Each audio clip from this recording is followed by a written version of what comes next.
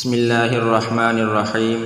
فقی ابو اللیث سمرقندی رحمۃ اللہ علیہ نے تنبیہ الغافلین میں ایک واقعہ لکھا ہے۔ فرماتے ہیں کہ ایک مرتبہ حضرت عمر رضی اللہ عنہ آقا کریم صلی اللہ علیہ وسلم کی خدمت میں حاضری کے لیے آ رہے تھے تو راستے میں انہوں نے ایک نوجوان کو دیکھا جو بہت زار و قطار رو رہا تھا۔ نوجوان کو روتا دیکھ کر حضرت عمر کا دل نرم ہو گیا۔ حضرت عمر نے پوچھا، اے نوجوان کیا ہوا؟ وہ کہنے لگا، میں ایک بڑے گناہ کا مرتکب ہو گیا ہوں، اب میں اللہ کے عذاب سے ڈر رہا ہوں، اب میں کیا کروں؟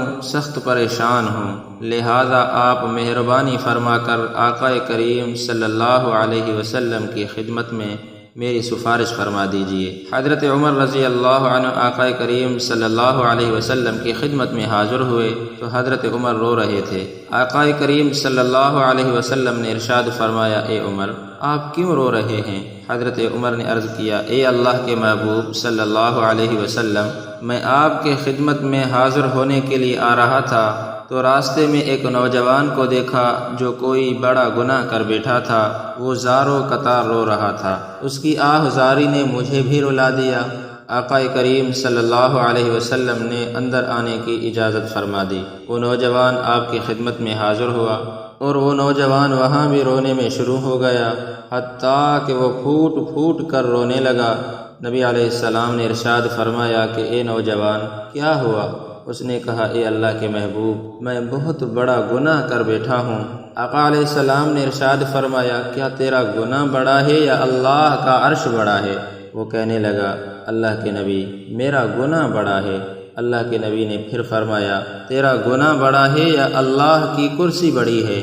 وہ کہنے لگا، اے اللہ کے نبی علیہ السلام میرا گناہ بڑا ہے۔ آقا علیہ السلام نے ارشاد فرمایا، کیا پھر تو نے شرک کا ارتکاب کیا ہے؟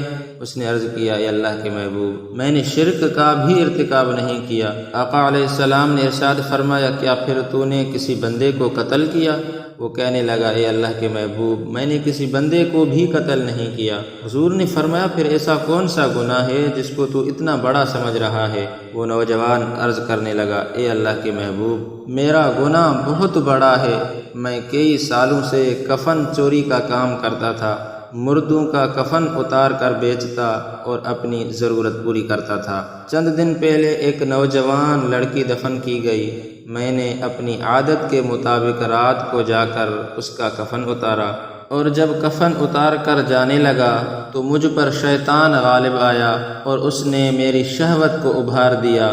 پھر میں پلٹا اور میں نے اس مردہ لڑکی کے ساتھ زنا کیا۔ جب میں زنا کر کے اٹھنے لگا تو مجھے یوں آواز آئی کہ جیسے وہ لڑکی خود بول رہی ہے اور یوں کہہ رہی ہے کہ اے اللہ کے بندے تو نے مجھے مردوں کے مجمع میں ننگا کر دیا اور کل قیامت کے دن اللہ کے حضور حالت جنابت میں کھڑا ہونے پر مجبور کر دیا۔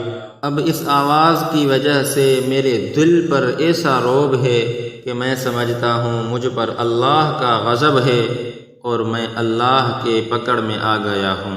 آقا کریم صلی اللہ علیہ وسلم نے جب اس نوجوان کی بات سنی تو آپ کو بہت بڑا تعجب ہوا اور آپ صلی اللہ علیہ وسلم نے ارشاد فرمایا کہ تو نے بہت بڑا گناہ کیا ہے، تو نے مردہ لڑکی کے ساتھ ایسا سلوک کیا۔ جب اللہ کے محبوب نے بھی یہ فرما دیا کہ یہ ایک بہت بڑا گناہ ہے تو وہ نوجوان اٹھا اور روتا ہوا باہر چلا گیا۔ اس نے سوچا کہ اس وقت تو اللہ کے محبوب ناراض ہیں، کہیں کوئی ایسی بات آقا کریم کے پیارے منہ سے نہ نکل جائے جو میری بربادی کا سبب بن جائے، اس لیے وہ بندہ باہر چلا گیا۔ جب وہاں سے نکلا تو سیدھا پہاڑوں میں چلا گیا اور وہاں 40 دن تک نمازیں پڑھتا رہا، سجدے کرتا رہا اور اللہ سے معافیاں مانگتا رہا۔ اس کے دل کو آگ لگی ہوئی تھی، وہ رو رو کر اللہ کو منا رہا تھا۔ وہ اللہ کے سامنے عاجزی کرتا تھا کہ اے میرے پیارے مالک میں آپ کے محبوب کی خدمت میں بھی حاضر ہوا تھا اور انہوں نے بھی ارشاد فرمایا کہ یہ تو بہت بڑا گناہ ہے۔ اے اللہ میں اب کہاں جاؤں؟ میرا تو تیرے سوا کوئی نہیں۔ اللہ اکبر۔ جیسا کہ کسی کہنے والے نے کہا ہے میں تیرے سامنے جھک رہا ہوں خدا، میں تیرے سامنے جھک رہا ہوں خدا، میرا کوئی نہیں اللہ تیرے سوا۔ جب اس نے 40 دن معافی مانگی اور اللہ کو منا لیا تو آقا کریم صلی اللہ علیہ وسلم کے پاس حضرت جبرائیل تشریف لے آئے۔ جبرائیل نے آقا کی خدمت میں اللہ کے سلام پیش کیے اور حضور صلی اللہ علیہ وسلم سے چند سوالات کرنے شروع کیے۔ حضرت جبریل عرض کرنے لگا، اے اللہ کے محبوب، اللہ رب العزت نے پوچھا ہے کہ بتائیے کہ کیا مخلوق کو آپ نے پیدا کیا یا میں نے پیدا کیا؟ حضور صلی اللہ علیہ وسلم نے ارشاد فرمایا، اللہ رب العزت نے مجھے بھی اور ساری مخلوق کو پیدا فرمایا ہے۔ پھر حضرت جبریل نے دوسرا سوال کیا، اللہ رب العزت نے پوچھا ہے کہ کیا مخلوق کو آپ رزق دیتے ہیں یا میں دیتا ہوں؟ آقا علیہ السلام نے ارشاد فرمایا، مجھے بھی اور ساری مخلوق کو بھی اللہ رب العزت ہی رزق عطا فرماتے ہیں۔ جب یہ باتیں ہو گئی تو تیسری بات حضرت جبرائیل نے پوچھی کہ اللہ فرماتے ہیں مخلوق کو میں نے معاف کرنا ہے یا کسی اور نے کرنا ہے؟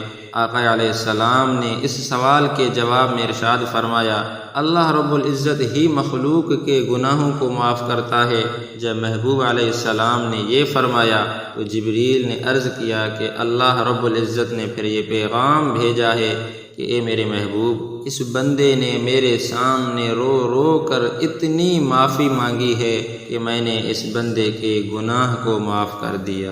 پھر اللہ کے محبوب صلی اللہ علیہ وسلم نے صحابی کو بھیجا کہ نوجوان کے پاس جاؤ اور اس کو خوشخبری سنا دو کہ تیری عاجزی اللہ رب العزت کے ہاں قبول ہو گئی اور پروردگار عالم نے تیری مغفرت کا پیغام بھیج دیا ہے۔